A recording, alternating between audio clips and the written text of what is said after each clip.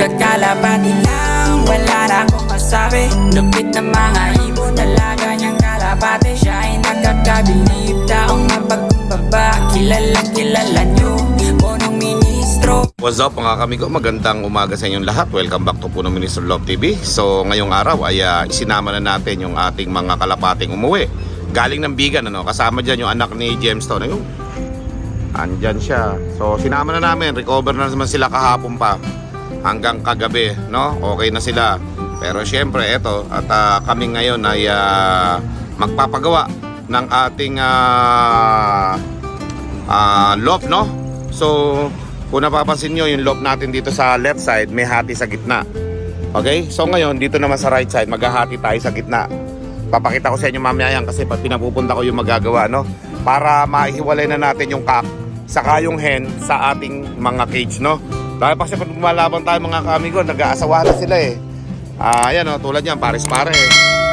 Pares-pares. So yun ang iiwasan natin. So magkikita lang sila pero may divider na. Papagawa tayo ng divider.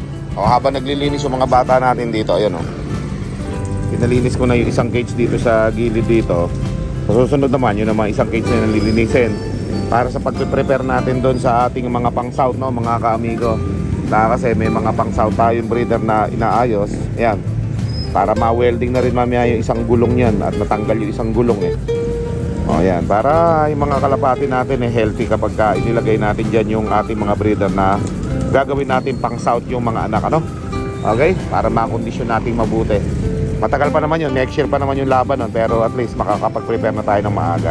Okay? O ayan mga ka-amigo. At konti lang naman yung ating isasali ngayon. 2 set lang siguro yung kukunin natin sa south. Ayoko na ng sobrang dami, pero pili yung ating mga breeder na kukunin, ano? Na ibibreed. Okay? Ganda na ng talbos ng mga kamote natin, no? Pero no? Ang kapal ng talbos ng kamote natin, kitang-kita dito sa taas, oh. Pwede na namang humarbes, oh. Kakakuha lang namin dyan nung nakarang araw, eh. Pero marami na naman. Alright. At syempre yun, mga ka-amigo, maya-maya, darating na yung magagawa dito sa ating loft para sa divider. Okay? Para maging maganda yung ating conditioning, magkahiwalay babae at lalaki para hindi nalalaspag yung mga babae. Itlogan ng itlogan eh. Okay, yung ganitong age kasi mga kamigo sa kalapati natin eh, mga matured na. Ito yung pa 6 months, 7 months na age na nila. Kaya itong mga kalapati na to, nagpapares-pares na. Alright? O yan, maya-maya, nandito na yung magagawa nun mga kamigo. Mamimili na kami ng mga materyales sa palengke, sabay gagawa na sila buong maghapon. Let's go. Okay, so ito yung mga tatanggalin namin dyan na kulungan. Lilinisin namin lahat yan. Okay? At para matambayan na lang din nila to. Tambayan ito. Kasi malamig dito sa may gilid na to eh. Lalo na sa hapon. Yan, malamig dyan. Pwede maging tambayan na yan. Tapos lahat ng cage natin na yan. Ayan. Ito na isa oh. Malinis na eh. Dito na natin ihahanay lahat yan. Yan na. Magawa na lang ng tarpaulin ng harang. Pero dyan na yung pwestuhan nila. Okay? Diretso yan. 3 dyan. Tapos dito bakante na para hindi na nakaharang dito sa daanan sa hagdan na to sa ilalim mga kamigo. Hindi nalilinis yung ilalim eh. Pagka dito nalagay yung dumi sa may likod na to, hindi na malilinis yun mga kamigo. Depende na lang dun sa maglilinis kung matyaga. Pag hindi matyaga yung naglinis, hindi madudukot sa likod eh. Saka doon sa ilalim, magbabara dun sa may drainage na yun eh. Okay? So kailangan talaga may supervisor to mga to. At kung hindi ko i-supervise, hindi magagawa eh. Okay? So ayan. Tapos may mga kalapati tayo dyan na ginagawa ng breeder yung iba. Yan. Ayan. Marami tayong iseset dyan. Tapos kaya may konti pa tayong kalapati dyan na ilan ba yung may sipon natin kalapati? 6. Eto 4. Tapos eto 2 pula. Yan, may konting one eye cold yan. So yun nga, sinasabi ko, pag may one eye cold mga kamigo, kailangan ano na nyo na kaagad. Makuha nyo na yung meron para hindi na humawar doon sa mga katabi. Betracing Gold o kaya Betracing Classic lang yung nakikita kong panggamot dyan. Yun na lang bilhin nyo pang araw-araw. In 1 week nyo gagamutin.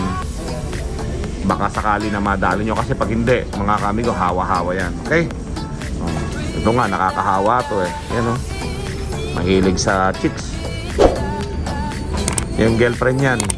Mahalin mo yung girlfriend mo, ha?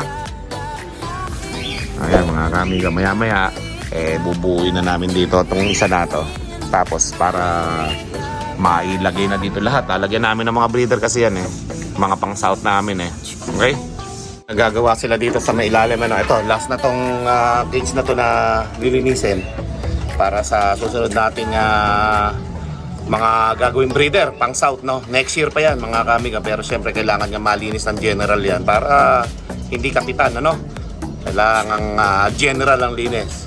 Alright, so habang nagaganyan sila dyan, naglilinis, magpapasok na tayo ng ating mga warrior at nandito yung mga kalapati natin nakakawala lahat ayun pati si Dagit, diyan ka napapasok ngayon, wala ka ng kulungan Dagit, ha? Yan, pinakawalan na rin natin yung umuwi ng galing Albay, ayun wala na mapagkulungan yung ating mga may one eye called, 6 yun so doon muna natin sila nilagay. Papasok na tayo, kailangan mapapasok na natin yan.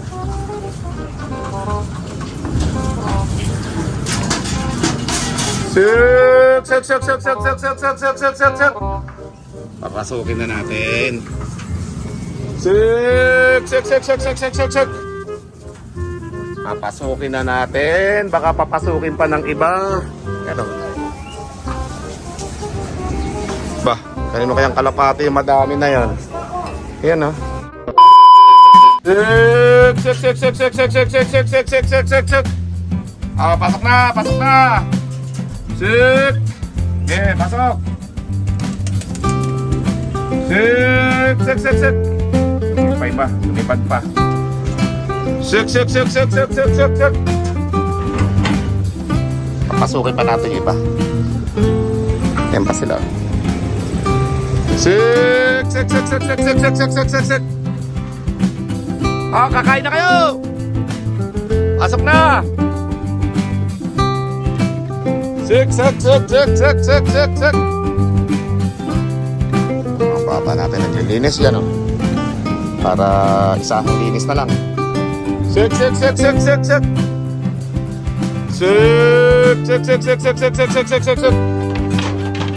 Okay, pasok na kayong mga nauna dyan para hindi na kayo babalik. Yan. Suk. Dahil busy mga bata natin, tayo magpapapasok ng mga kalapate. Ang tanong, papasok kaya agad? Suk. Yabang may Dagit yun kauna-unahan dumapo si Dagit. Wala ka ng bahay Dagit, ginagawa yung bahay mo, linis. Sige, tayo natin bumaba dito yung mga kalapate natin. Ayaw pa yatang bumaba ayan Suk. Okay, papababain muna natin itong mga kamigo. Suk. Pasok na. Hanap yung pares niya. Ayan, mangingitlog na naman yata. Pasok na. Suk.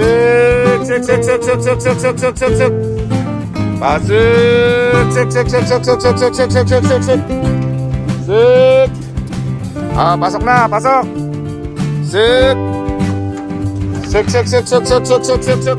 Pasukin muna natin ito na hindi na lumabas. Suk. Yan ang technique dyan para mabilis. Okay, pasok. Kayong dalawa. Suk. Tatlo. Suk. Yan muna. Pasukin muna natin itong mga nauna. Yan. Tapos kayo naman. Suk. Pasok na. Suk.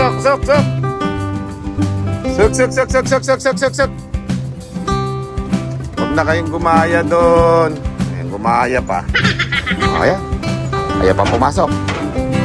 Hintayin natin. Ayan yung anak ni Dagit pasok na, Giant. Pasukin na natin yung anak ni Giant. Ay, anak ni Dagit. Pasok na. Mabuti pa yan, mabait yan Yan Suk.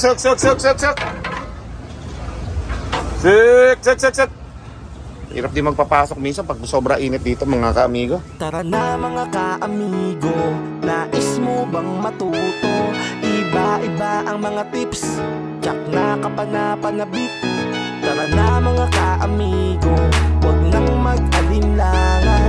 Mapabeterano o newbie, with punong ministro Lap TV. Kamusta ang lahat? Nandito na si punong ministro. Astig na kalapati, topic dito ka amigo. Mga hybrid at dekalidad ang paborito. Sama mo pa pinakamatikas na si Quattro. May gift birds pa sa swerteng mananalo. Parapol dito sa channel ng ating kaamigo. Di lang basta yan, tumutulong din sa tao. Mga good tips ang atid at sigurado. Tumutok na sa punong ministro, Love TV. Welcome ang lahat dito kahit mga newbie. Imported at winning lines na mga kalapati. Pangmalakas ang tiyak, hindi ka magsisisi. Probinsya kung saan, dito sa Nueva Ecija. Magandang tanawin at kahali-halina. Kay sarap na pagmasdan ng bawat paglipad ng mga kalapati na puro dekalidad. Tara na mga kaamigo, nais mo bang matuto?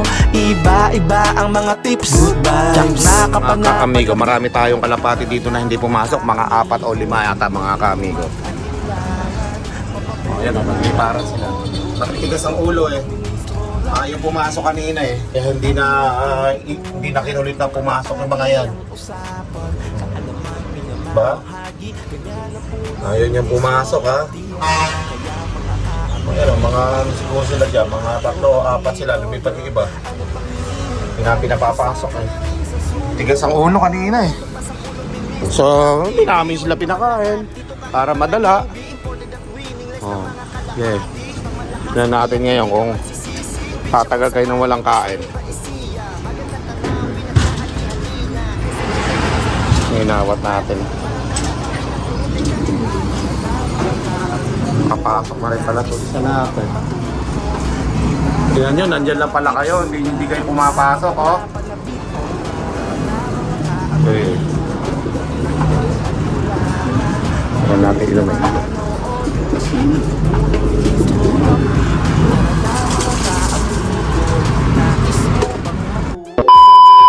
More moments later. Nandito tayo at nag-aantay. Hindi po matutuloy yung gawa ng ating loft, no? Na hahatiin ito sa dalawa. Wala yung gagawa eh. Mukhang busy eh. Sabi, 9 AM daw pupunta. Alas 10 na. Hindi pa rin pumupunta. Yung ganito sana yung papagawa natin, hating ganyan, para lalaki at babae. Hindi sila magsasama. Ang problema, yung gagawa, umuuna. Tapos, hindi naman nagre-reply, hindi naman nagpupunta. So, hindi magandang kausap. Okay? So, ang gagawin natin, ganito muna. Ganito muna sila. Hindi muna mahahati ito. Kaya magpapares-pares pa yung mga kalapati natin dito, no? Sayang. Dapat kanina pang maaga nakabili ng mga materyales para gagawin na lang sana pagdating. Kaso hindi sila dumating mga kaamigo eh. Okay? So, yun. At patuloy tayo sa paglilinis ng ating mga kalapate.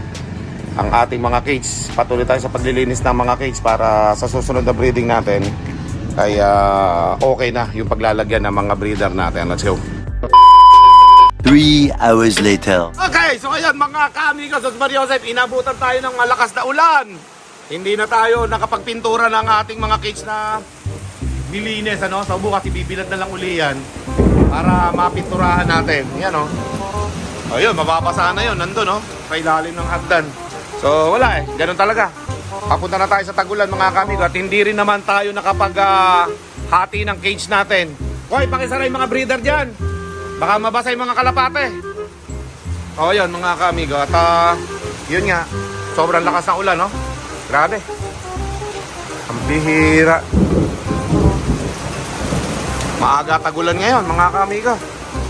Hindi tayo nakapag-pintura tuloy. Naabutan ng malakas na ulan. Sayang yung pagpapatuyo natin, no? Kung napinturahan na yon, hindi nakakalawangin yan. Ngayon, kakalawangin uli yan dahil tubig ulan na. Ano? Lakas ng napakalakas ng kulog at kidlat mga kamigo. So kulang tayo ng alert. Kulang kami sa naabutan tuloy ng mga malakas na ulan, no? Okay, so ayun mga kamigo. Susunod ulit. Kamigo, napakalakas ng ulan mga kamigo. Tingnan nyo, napakalakas ng ulan. Napakalakas. Ayun mga kamigo. Lakas ng ulan, no? Alright, so yun lang. Baka masira yung cellphone ko.